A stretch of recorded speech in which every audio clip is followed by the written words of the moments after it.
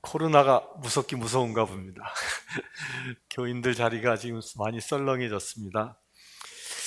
코로나로 인하여 온 세상이 혼란에 빠졌습니다.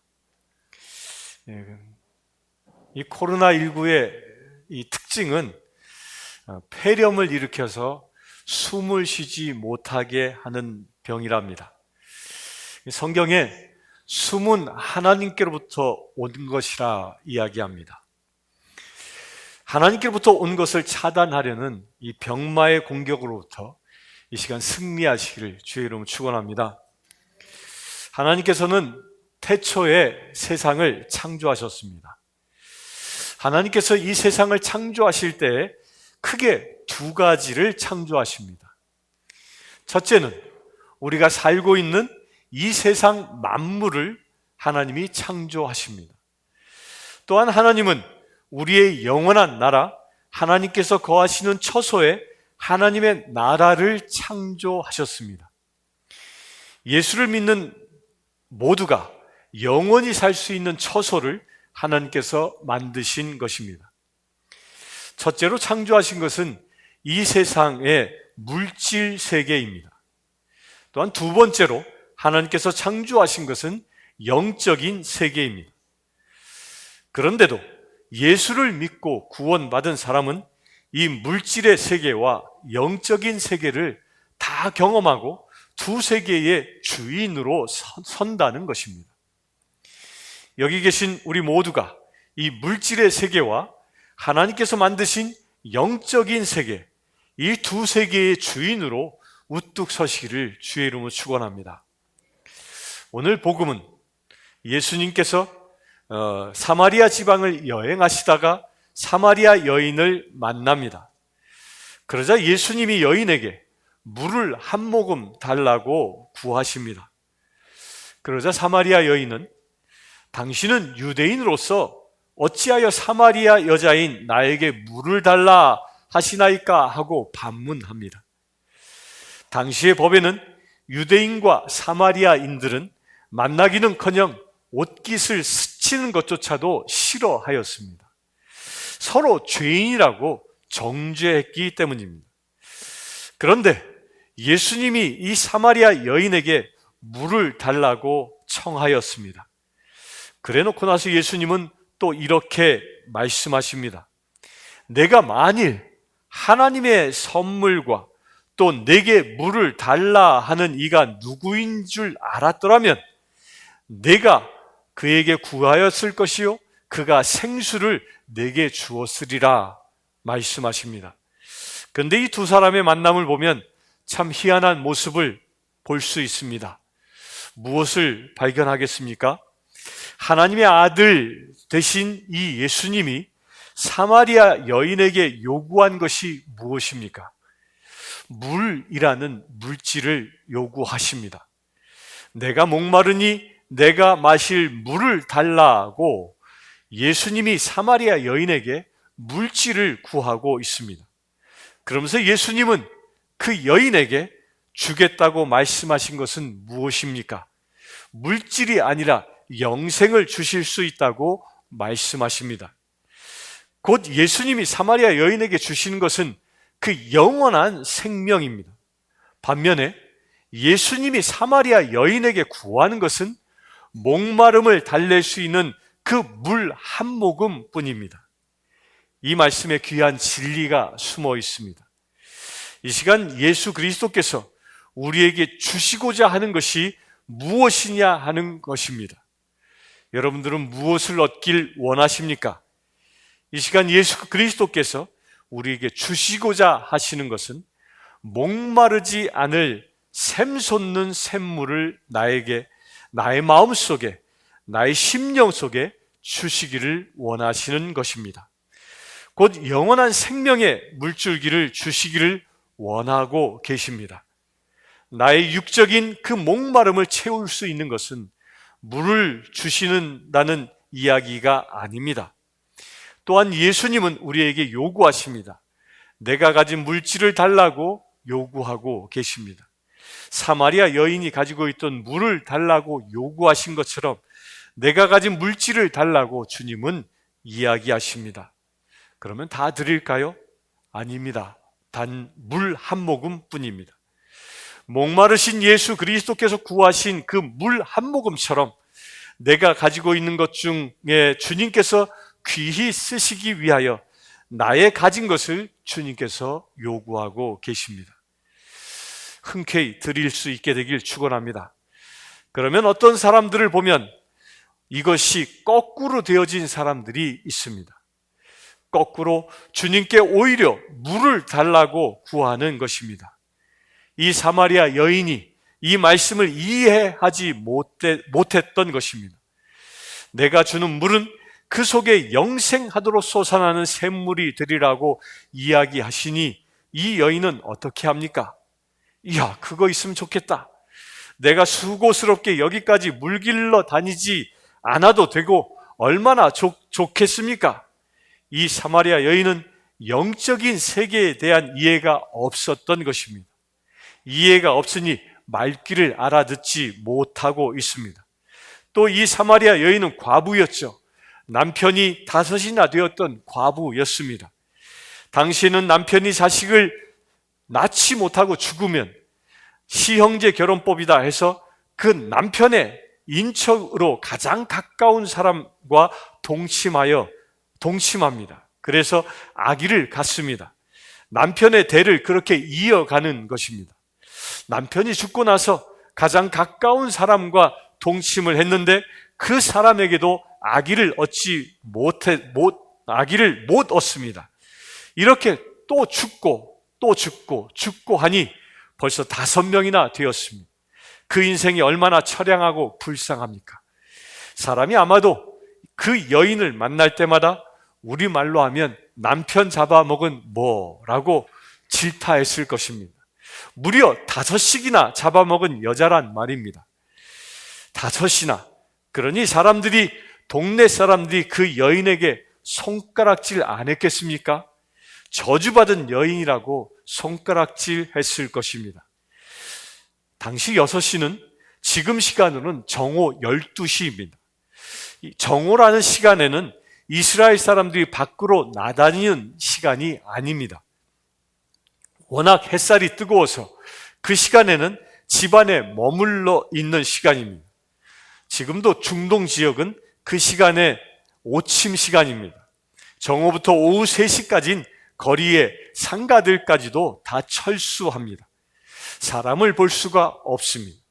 손가락질 받는 여인이었기 때문에 남들이 다니지 않는 시간에 물을 길르러 왔던 것입니다. 이런 처지의 여인에게 목마르지 않는 샘을 주시겠다니 그러니 얼마나 좋겠습니까? 예수님이 말씀하시기를 영원히 목마르지 않을 샘을 주겠다고 하셨는데 얼마나 좋겠습니까? 이제는 정오에 고생해 가며 물을 기르러 오지 않아도 되는데 얼마나 좋겠습니까? 이 여인은 하나님께서 예수 그리스도께서 주시겠다는 그 영생에 관한 샘물을 자신이 매일같이 수고를 하며 기르러 오는 물이라고 생각했던 것입니다. 물질로 생각했던 것입니다. 영의 세계와 물질의 세계를 그녀는 구분하지 못했기 때문에 이런 이야기를 하고 있는 것입니다. 우리에게도 똑같은 모습이 있다는 것입니다. 우리가 교회에 와서 영원한 생명의 나라의 것을 사모하기보다는 이 세상의 물질을 사모하기에 그 물질을 얻기 위하여 세상에 나오는 사람이 혹여 있을 수 있습니다. 혹여 그런 사람이 이 자리에 있다면 예수 그리스도의 이름으로 물질의 유혹을 물리치기를 축원합니다. 물질은 하나님의 사역 가운데 내가 쓰임 받기를 주님이 계획하셨다면 그 계획 가운데 주시는 것입니다. 나를 이 한 가정의 가장으로 세워 주셨다면 그 가정에 맞는 물질을 하나님이 주시는 것입니다. 올바른 가정의 가장으로 서면 그렇게 되는 것입니다. 내가 어려운 사람을 돌보는 사역을 하나님이 허락하셨다면 그것에 맞는 물질을 주시는 것입니다. 하나님께서 나에게 사업을 하도록 허락하셨다면 그 사업에 맞는 물질을 하나님이 주시는 것입니다. 우리의 목적은 무엇입니까? 내 가정을 하나님의 나라로 만드는 것이 진정한 목적입니다. 하나님의 나라로 만들어 가는데 물질은 필요한 수단일 뿐입니다. 내 사업체를 하나님의 사업체로 만드는 것이 하나님의 영적인 목적입니다. 내 사업체가 돈 잘 버는 것이 목적이 아니라는 것입니다. 그것은 수단일 뿐입니다. 분명한 것을 구하시기를 축원합니다.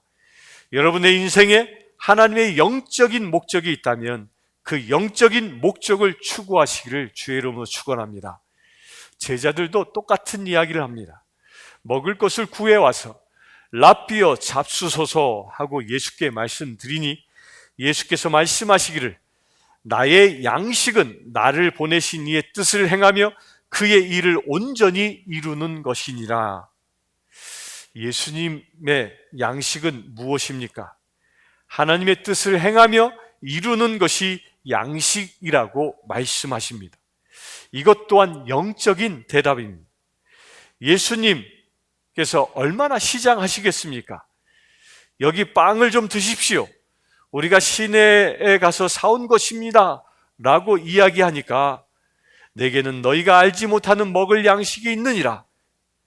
그 모르는 양식이 무엇이라고요? 나의 양식은 나를 보내신 이의 뜻을 행하며 그의 일을 온전히 이루는 것이라는 것입니다. 곧 하나님의 뜻을 이루는 것이 그가 살아갈 수 있는 힘의 근원이라는 것입니다. 우리는 먹어야 산다고 말합니다. 사실입니다. 먹어야 살 수 있습니다. 그러나 먹는 것 자체가 인생의 목적이 아니라는 것입니다.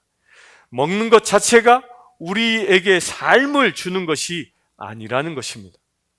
먹는 것은 우리의 물질로 이루어진 육신의 생명은 줄 수 있을지라도 먹는 것 자체로 우리에게 영원한 생명을 주지는 못한다는 것입니다. 우리에게 영원한 생명을 주시는 것은 무엇입니까? 우리가 하나님의 뜻을 이루는 것입니다. 우리가 하나님의 뜻을 일구어 가는 것이 우리가 생명체로 온전히 살아갈 수 있는 힘의 근원이라는 것입니다. 여러분들도 하나님이 그렇게 쓰기를 원하십니까? 여러분 한 사람 한 사람을 주님의 일꾼으로 쓰시길 원하십니까? 그래야 여러분이 하나님의 사역을 온전히 완수함으로 인하여 여러분에게 귀한 선물을 주시기를 원하십니다. 그것이 바로 영원한 생명입니다. 썩지 않을 세상, 고통이 없는 세상, 하나님과 함께 살아가는 에덴의 세상, 기쁨의 세상을 여러분들에게 주기를 원하십니다. 귀한 것을 추구하시기를 축원합니다. 하나님의 일을 추구하시기를 축원합니다. 제가 한국 상주에서 사역할 때 병원 전도를 통해서 한 환자를 만났습니다. 49된 자매님으로 암세포가 전신에 퍼져서 시한부 삶을 살고 계시는 분이었습니다. 병원에 계신 이유는 오직 통증 치료였습니다. 그 외에는 할 수 있는 것이 아무것도 없었습니다. 이분이 투병 생활을 하면서 우리 성도님들이 매일같이 가서 기도하고 저도 시간을 내어 가서 기도하였습니다. 그녀가 살아온 인생을 보면 참으로 파란만장한 삶을 살았습니다. 젊어서 이혼도 하고 연고도 없는 상주로 와서 다방의 얼굴 마담으로 생을 살아왔습니다. 파란만장한 인생이었습니다. 혼자서 이 세상을 살려고 했으니 여인네 혼자서 얼마나 힘들었겠습니까? 그녀가 어려서 예수님을 알았고 그녀가 젊어서 신앙생활을 하였지만 그녀가 이혼을 하고 나서는 교회를 멀리 떠났던 것입니다. 세상 속에서 방황하며 살았던 것입니다. 세상에서 물질을 구하고 세상에서 가치를 구하고 세상에서 사랑을 구하고 세상에서 행복을 구하려고 아둥바둥하며 살았습니다. 결국 그녀가 세상에서 얻은 것이 딱 하나였습니다. 그녀의 생명을 죽이는 암덩어리였습니다. 세상에서 행복을 얻으려고 온 세상을 다 다녔고 수많은 사람을 만났고 별의 별일을 다 해보았지만 그녀에게 세상이 준 것은 결국 세상이 준 것은 암덩어리였습니다. 그 암이 온 몸에 퍼져서 그녀의 육신의 생명을 빼앗아가고 있었습니다. 그런데 참으로 행복하게도 하나님께서는 그녀에게 마지막으로 기회를 주신 것이었습니다. 그녀의 마지막 생명은 꺼져갈지라도 이제 마지막 순간에 영원한 세계를 바라볼 수 있는 그 기회를 그녀에게 허락하셨습니다. 그래서 그녀는 그 영원한 생명의 나라를 바라볼 수 있었던 것입니다. 기도 가운데 주님을 만나고 말씀 가운데 주님을 만나고 잠을 자면서도 주님을 만나는 귀한 체험을 하였습니다. 마지막 임종의 순간에 저는 그분의 머리에 손을 얹고 기도하였습니다. 이분이 얼마나 영적인 세계를 마지막 순간까지도 사모하였는가를 기도하는 순간에 알 수 있었습니다. 그녀는 죽어가면서도 하나님을 찬양하였습니다. 비록 그녀의 의식은 반쯤 나가 있었습니다. 눈은 반쯤 풀려 있었고 말을 제대로 할 수 없는 지경에 이르렀습니다. 그러나 기도하는 가운데 저에게 느껴지는 그녀의 영의 세계는 참으로 아름답고 맑은 영이었습니다. 하나님께서 저에게 기도 가운데 환상으로 보여주시기를 영롱한 빛이라는 걸 실감나게 보여주셨습니다. 우리가 기도하는 가운데 천사가 영롱한 빛으로 그녀에게 임하시고 있었습니다. 그리고 기도받고 있는 그 자매님을 천사가 안고 계시고 내려오는 모습과 안고 있는 모습이 그 왜 찬란한 호숫가에 아침 햇살이 쫙 비치면 아주 반짝반짝반짝 빛나는 그런 형상으로 보여주었습니다. 기도가 다 끝나고 나서 사제인 저도 내가 헛것을 봤나 하는 생각이 얼핏 들었습니다. 내가 너무 집착해서 보여진 게 아닌가 하는 생각도 들었습니다. 그 순간 그 자매님이 그때 정신을 딱 차리고 눈을 딱 뜨더니 이렇게 얘기합니다. 천사가 어디 갔어요? 제가 바로 앞에 있는데 그때 저는 확신했습니다. 이것은 내가 헛것을 본 것이 아니라 이분과 같이 본 것임을 확증하였습니다. 무엇 때문에? 그녀는 영적인 세계를 사모하였기 때문에. 저가 비록 마지막 가는 인생길이었지만 영적인 것을 사모하였기에 저에게 주님께서는 목마르지 않을 영원한 샘물을 허락하신 것입니다. 우리 모두 영적인 것을 사모하시기를 축원합니다.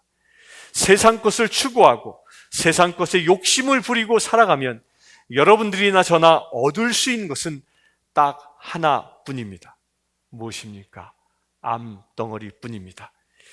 세상의 물질을 구하는 욕심에 끌려 물질의 인생의 목적을 두는 자는 결국 그 생명이 이르는 곳은 죽음의 종착역입니다. 그러나 영적인 것을 구하면 영원한 생명의 나라를 차지하게 될 것입니다. 사랑하는 성도 여러분, 여러분의 인생이 값진 인생 되시기를 축원합니다. 우리가 진정 영원한 생명의 나라를 추구할 때 우리의 인생이 기뻐하며 살아가는 인생이 되어질 수 있습니다. 하나님의 일을 완성하는데 여러분들의 모든 생각과 모든 정열을 다 바치기 시작할 때 여러분들의 인생은 하나님의 귀한 은혜와 축복이 넘치는 삶이 되어질 줄 믿습니다. 성부와 성자와 성령의 이름으로 말씀드렸습니다. 아멘. 기도하겠습니다. 주 아버지 하나님, 영원한 생명수를 구합니다. 세상의 것을 구하는 자가 아니라 영생을 구합니다. 세상의 나라를 구하는 자가 아니라 하나님의 나라를 구하는 자 되기를 원합니다. 주 성령 하나님, 우리 가운데 온전히 임하여 주셔서 여기에 모인 모든 심령들이, 예배하는 자들이 오직 하나님의 나라를 취하는 믿음의 치들 되게 하여 주시옵소서. 사망 권세에 묶인 자가 아니라 영생의 삶을 누릴 수 있는 믿음의 치들 되게 하여 주시옵소서. 예수 그리스도 이름으로 기도드리옵나이다.